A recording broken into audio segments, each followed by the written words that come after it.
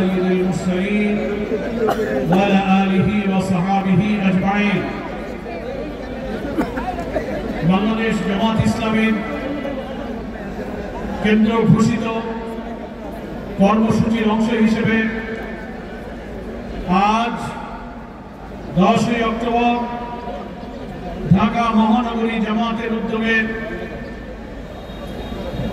ঐতিহ্যবাহী বাইতুল মোকাররমের দক্ষিণ গেটে আয়োজিত গণমিছিল পূর্ব এই সমাবেশের সংগ্রামী সভাপতি, ঢাকা মহানগরী উত্তরের সংগ্রামী আমির, ইসলামী ছাত্র শিবিরের সাবেক কেন্দ্রীয় সভাপতি জননেতা মোহাম্মদ সেলিম উদ্দিন সহ সংগ্রামী নেতৃবৃন্দ, আমার প্রিয় দেশবাসী ভাইরা, আমরা জামাত ইসলামের পক্ষ থেকে আমাদের কলিজার টুকরা সন্তানদের রক্ত আন্দোলন এবং ত্যাগের বিনিময়ে 24শে জুলাই আন্দোলনের অর্জিত যে নতুন বাংলাদেশের নতুন স্বপ্ন পূরণের জন্য আগামী ফেব্রুয়ারিতে জাতীয় সংসদ নির্বাচনকে অবাধ, নিরপেক্ষ, স্বচ্ছ এবং গ্রহণযোগ্য করার জন্য কয়েকটি দাবিতে দেশব্যাপী আমরা কর্মসূচি ঘোষণা করেছিলাম। আমরা দেখতে পাচ্ছি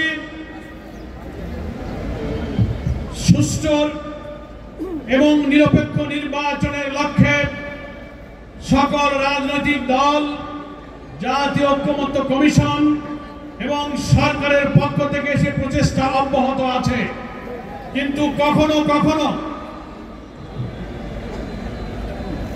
বিভিন্ন কলা কৌশলে এই প্রক্রিয়াকে ব্যাহত করার জন্য এই ঐক্য প্রক্রিয়া, এই সংস্কার, এই লেভেল প্লেইং ফিল্ড, এই পিআর পদ্ধতি, ফ্যাসিবাদের দোষরদের বিচার এবং তাদের রাজনৈতিক কার্যক্রম নিষিদ্ধ করা, জুলাই অভ্যুত্থানে ঘৃণ্য মানবতা বিরোধী অপরাধের ফ্যাসিস্টদেরকে নির্বাচনের আগে দৃশ্যমান বিচার নিশ্চিত করার কাজে কখনো কখনো প্রতিবন্ধকতা তৈরি করা হচ্ছে। অহেতুক ওজর এবং তুচ্ছ বিষয় নিয়ে বিভিন্ন মহল থেকে আমাদের এই গণতন্ত্রের অভিযাত্রাকে থামিয়ে দেওয়ার চেষ্টা করা হচ্ছে। আমরা আজকে এই যে কর্মসূচি, আমরা বিগত 30শে সেপ্টেম্বর আমাদের আন্দোলনের দ্বিতীয় দফায় এই কর্মসূচি ঘোষণা করেছিলাম। আমরা 1 অক্টোবর থেকে 9 অক্টোবর পর্যন্ত সারা দেশে গণসংযোগের কর্মসূচি দিয়েছিলাম। টেকনাফ থেকে তেতুলিয়া, রূপসা থেকে পাথুরিয়া, প্রতিটি জেলা, উপজেলা, ইউনিয়ন, ওয়ার্ড পর্যায়ে জামাত ইসলামীর নেতা কর্মীরা জনগণকে সম্পৃক্ত করে 1 থেকে 9 অক্টোবর পর্যন্ত আমাদের এই 5 দফা দাবির যৌক্তিকতা তুলে ধরেছেন। আজকে 10 অক্টোবর বাংলাদেশের প্রত্যেকটি বিভাগীয়, সদর এবং মহানগরীতে গণমিছিল হবে এবং তার পূর্বে সমাবেশ।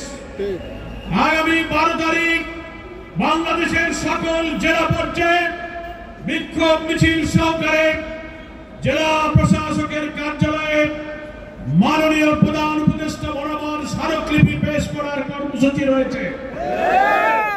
অনেকে প্রশ্ন করেন, সংস্কার, লেভেল প্লেইং ফিল্ড, একটি অবাধ নির্বাচনের জন্য ঐক্যমত্য কমিশনে আলোচনার টেবিলে আলোচনা চলছে, অথচ আপনারা কেন রাজপথের আন্দোলনের কর্মসূচি পালন করছেন? এই জন্য আমরা করছি, কোন কোন দলের পক্ষ থেকে জনগণের অধিকাংশ অংশের যৌক্তিক দাবিকে তুচ্ছ-তাচ্ছিল্য করা হচ্ছে। বলা হচ্ছে পিআর পদ্ধতি জনগণ বোঝে না, পিআর পদ্ধতি খায় না, গায়ে লাগায়। এখন জনগণ পিআর পদ্ধতির পক্ষে ঐক্যবদ্ধ হচ্ছে। প্রত্যেকটি ভোটারের ভোটের মূল্যায়ন, কালো টাকা, পেশি শক্তি, মনোনয়ন বাণিজ্য রোধ করে একটি উন্নত মানের কোয়ালিটি পার্লামেন্টের জন্য আধুনিক বিশ্বের 91টি দেশে এই পিআর পদ্ধতি চালু আছে। বিজ্ঞ ব্যক্তিত্ব সম্পন্ন রাজনীতিবিদ কোন কর্মসূচি, কোন পদ্ধতির ব্যাপারে ভিন্ন মত পোষণ করার অধিকার আছে, কিন্তু দেশের অন্যতম রাজনৈতিক দলের ঘোষিত কর্মসূচির এমন গুরুত্বপূর্ণ বিষয়ে তুচ্ছ-তাচ্ছিল্য করার কোন অধিকার নেই। আমরা মনে করি ঐক্যমত্য কমিশনের আলোচনায় এক দফা আলোচনা শেষ হয়ে আমরা শুনতে পাচ্ছি 15 অক্টোবর এই জুলাই সনদের মধ্যে এতদিনকার 3 মাসের যে প্রচেষ্টা 166টি সংস্কার প্রস্তাবের 84টিতে আমরা সকলে একমত হয়েছি।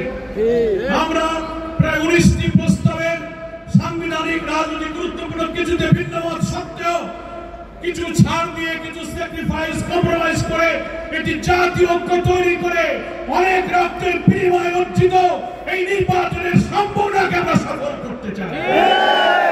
সকল রাজনৈতিক দলকে আহ্বান জানাবো, বক্তৃতার সময় শুধু বলবেন ব্যক্তির চেয়ে দল বড়, দলের চেয়ে দেশ বড়, আর যখন দেশের স্বার্থে যখন কোন ত্যাগ, কোন ছাড় এবং কোন বিষয় ঐক্যমতের প্রশ্ন আসে তখন দলেরা নিজের স্বার্থকে বড় করে দেখলে বক্তৃতার সাথে নিজের কথা এবং কাজের কোনো মিল হয় না। আসুন, এই জাতি ৭১-এ রক্ত দিয়েছে, আমরা স্বৈরাচার বিরোধী আন্দোলনে রক্ত ঝরেছে, জুলাই অভ্যুত্থানে রক্ত দিয়েছে, বারবার আর আমরা রক্ত দিতে চাই না। সন্তান তরুণ সমাজ প্রায় ১৪০০ ছাত্রের জীবন দিয়ে ৩০,০০০ মানুষ আহত হয়ে আমাদেরকে যে ঋণের দায় আবদ্ধ করেছে, নতুন বাংলাদেশ একটি অবাধ নির্বাচনের মাধ্যমে মানবিক বাংলাদেশ তৈরি করে তাদের স্বপ্ন আমাদের পূরণ করতে হবে। ব্যক্তি স্বার্থ, দলীয় স্বার্থে যেন ঐক্যের প্রচেষ্টাকে আমরা বিঘ্ন না ঘটাই, সকল দলের প্রতি আমাদের সে আহ্বান থাকবে। আমরা এখনো দেখতে পাচ্ছি নির্বাচনের আগে লেভেল প্লেইং ফিল্ড কোথাও মানা হচ্ছে না। থানার ওসি সাহেব, ডিসি সাহেব, ইউনো সাহেব, সচিবালয়ের কর্মকর্তা এবং আমরা যারা আছেন, ইভেন আমাদের অন্তর্বর্তীকালীন সরকারি উপদেষ্টাদের মধ্য থেকে অনেকের ভূমিকা এখনো জাতির সামনে প্রশ্নবিদ্ধ। কোন বিশেষ দলের প্রতি দুর্বল হয়ে কারো চাপে মাথা নত করে প্রশাসনে কোন দলের পছন্দের লোককে বেছে বেছে পদায়ন করে নির্বাচনকে প্রভাবিত করার প্রচেষ্টা বন্ধ করে নির্বাচনের মাঠকে সমান সমতল করতে হবে। প্রত্যেকটি ছোট বড় দল যেন নির্বাচনের সমান রাজনৈতিক, সাংবিধানিক, নির্বাচন কমিশন প্রদত্ত সকল সুযোগ যেন অবাধে সমানভাবে ভোট করতে পারে। পিআর পদ্ধতি, এই পদ্ধতি নতুন হতে পারে, সারা পৃথিবীতে পদ্ধতি জনপ্রিয়। বাংলাদেশে এই পদ্ধতির ব্যাপারে অনেক গোল টেবিল, সেমিনার, আলোচনা, বুকলেট, বিবৃতি, আর্টিকেল, পোস্ট, সমস্ত এডিটোরিয়ালের মধ্য দিয়ে এই পদ্ধতির সুফল তুলে ধরার চেষ্টা করা হচ্ছে। আমরা সরকারের কাছে, ঐক্যমত্য কমিশনের কাছে বলবো, জুলাই সনদ স্বাক্ষরের সময়ের আগে আপনারা পিআর পদ্ধতির ব্যাপারে একমত হয়ে জাতির আকাঙ্ক্ষাকে আপনারা বাস্তবায়ন করুন। আমরা দাবি করব, ফ্যাসিস্টের দোষর জাতীয় পার্টি সহ 14 দল, মেনন, ইনুরা 17টা বছর শেখ হাসিনাকে পাহারা দিয়ে রেখেছিল। পাহারা না দিতে এতদিন তারা টিকতে পারত না, সাজানো বানানো নির্বাচন তারা করতে পারত না। একই অপরাধে অপরাধী হওয়ার কারণে তাদেরও রাজনৈতিক কার্যক্রম নিষিদ্ধ করতে হবে। ভিন্ন অপরাধীদের জন্য যে মানবতা বিরোধী ট্রাইব্যুনাল গঠিত হয়েছে, আমরা দেখতে পাচ্ছি ট্রাইব্যুনালের কাজের অগ্রগতি ধীরে ধীরে এগিয়ে যাচ্ছে। নির্বাচন যদি ফেব্রুয়ারিতে হয়, অন্তত বড় বড় অপরাধীদের বিচার যেন নির্বাচনের আগে দৃশ্যমান হয়, তা না হলে কোন কালো হাতে হস্তক্ষেপে যদি এইসব খুনিরা বেঁচে যায়, নির্বাচন নিরপেক্ষ হবে না। বাংলাদেশের উপরে আধিপত্যবাদীদের এবং দিল্লির আধিপত্যবাদের সেবন আশায় আমাদেরকে হয়তো বসবাস করতে হবে। সেই কারণে আমরা লেভেল প্লেইং ফিল্ড, পিআর পদ্ধতি, আমাদের অপরাধীদের বিচার নিশ্চিত করে আগামী জাতীয় নির্বাচনকে সুন্দর, স্বচ্ছ, নিরপেক্ষ গ্রহণ করার জন্য আমরা অনুরোধ জানাচ্ছি। এখনো প্রধান উপদেষ্টার আন্তরিকতা, প্রচেষ্টার প্রতি আস্থা রেখে আমরা বলতে চাই, একদিকে আপনি যেমন সরকারের প্রধান, অন্যদিকে আপনি জাতীয় ঐক্যমত্য কমিশনেরও প্রধান। দুইটি প্রধান দায়িত্ব নিয়ে আপনি শক্ত থাকবেন। আপনার চারিদিকে যে সমস্ত কিছু উপদেষ্টাগণ আছেন, মাঝে মাঝে কোন দিকে আপনাকে ঠেলে দিয়ে কোন একটি বিশেষ দলের প্রতি তাদের আনুগত্য প্রদর্শনের অপচেষ্টা চালাচ্ছেন। আমরা এই দৃশ্য আর দেখতে চাই না। এবং জুলাই সনদের আইনি ভিত্তি দিয়ে এই দীর্ঘ 3 মাসের সাংবিধানিক, রাজনৈতিক বিদ্যমান রাষ্ট্র কাঠামোকে পরিবর্তন করে যে সমস্ত সংস্কার প্রস্তাব কষ্ট করে আমরা তৈরি করেছি, দেশকে নতুন ফ্যাসিবাদ থেকে বাঁচাতে, দুর্নীতি থেকে বাঁচাতে এবং রাষ্ট্রকে একটি মানবিক, সমৃদ্ধ, ন্যায় বিচারের বাংলাদেশে পরিণত করার জন্য জুলাই সনদে একমত হয়ে যাওয়া সকল বিষয়গুলো যেন জুলাই চার্টারের মধ্যে থাকে এবং সেগুলোর ভিত্তিতে গণভোট দিতে হবে। সেই গণভোটের মধ্যে পিআরের প্রস্তাবকে অন্তর্ভুক্ত করতে হবে। আপনি গণভোটে দিয়ে দেন, পিআরের পক্ষে জনগণ কি মতামত দেয়। জনগণ যদি পিআরের পক্ষে মত দেয়, সকল দলকে সেটা মানতে হবে। যদি অধিকাংশ মানুষ পিআর পদ্ধতি না মানে, আমরা জামাত ইসলামী সে প্রস্তাব মেনে নেব। কিন্তু জাতির মতামত না নিয়ে পিআরকে উপেক্ষা করা যাবে না।